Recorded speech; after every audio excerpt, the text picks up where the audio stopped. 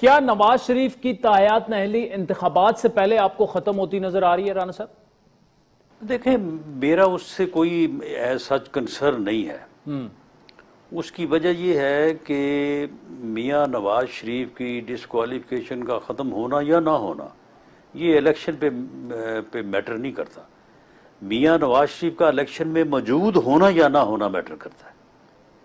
अगर मियां नवाज शरीफ साहब अवेलेबल हैं यहाँ पार्टी के फैसले करने में, पार्टी की पार्लिमानी टीम की तश्कील देने में और पार्लिमानी पार्टी के लिए इलेक्शन कैंपेन करने में, तो इस बात से कोई फ़र्क नहीं पड़ता कि वो डिस्क्वालीफाई है नहीं है। अगर हैं तो बाद में भी जो है वो डिस्क्वालिफिकेशन ख़त्म हो सकती है। अगर पहले ख़त्म होगी तो बिस्मिल्लाह, बहुत अच्छी बात है।